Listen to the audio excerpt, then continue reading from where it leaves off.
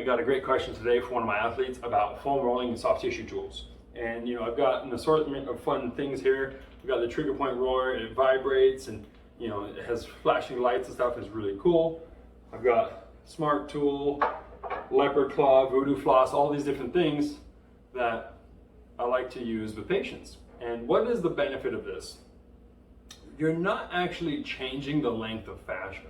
To deform fascia and break down scar tissue, sorry, Gage is sneaking up right here. To deform fascia and break down scar tissue takes over 2,000 pounds of pressure, right? And so unless you want someone to just break a tool over your leg, you're not making your IT band change length. However, what you are doing is, one, you're pushing fluid in and out of the area, you're bringing blood flow to an area that may not have a lot of blood flow, and two, you're affecting the mechanoreceptors and the stretch and pressure receptors in the body, essentially.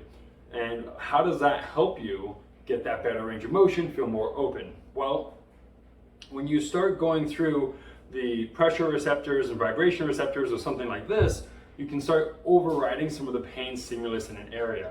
When we downregulate the pain in an area, we can then allow our brain to accept that movement better.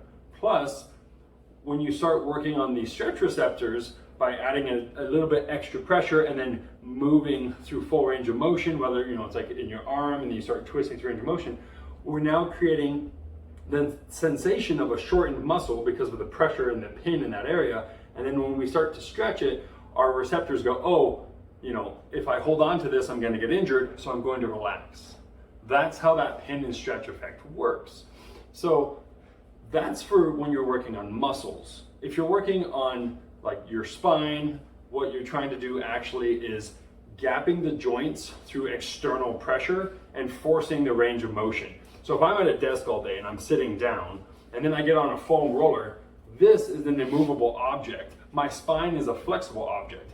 When I go to extend over that, it will force the body to move, right? It will force that extension or that lumbar, extension, that kyphotic posture to then become more lordotic, because this isn't going to break. My spine will then open up. So when you get the cavitations and whatnot, that's just the joint gapping. The secondary thing that's doing is it's providing a ton of stimulus into the nervous system, and that usually will be a parasympathetic response, so it's going to downregulate. If you do fast foam rolling versus slow foam rolling, you can actually get different responses in the area. So prior to a workout, what you might want to try is pin and stretch an area, get in that high quad, pin it down, and start working through it to affect the stretch receptors.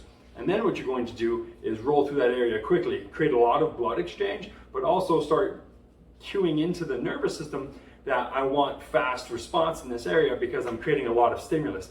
It's very similar to people when you start slapping their backs or whatnot, they can cue into those muscles better. So with foam rollers, with vibration balls, with the scraping tools, whatnot, the only thing you're really doing is hacking the nervous system or creating external mechanical changes to someone's back when they're trying to extend over that foam roller and move through it. But it does increase range of motion through the neurological changes. And if your goal is increased pain-free range of motion, it is beneficial. It does push fluid in and out of the musculature in an area. If your goal is to get rid of lactic acid and recover faster, it is beneficial. And the scraping will bring blood and stuff into tendons and ligaments that don't naturally have a high blood supply. And bringing that blood and a little bit of inflammation into the area will help recover and heal things up a lot faster. So is it beneficial? Yes.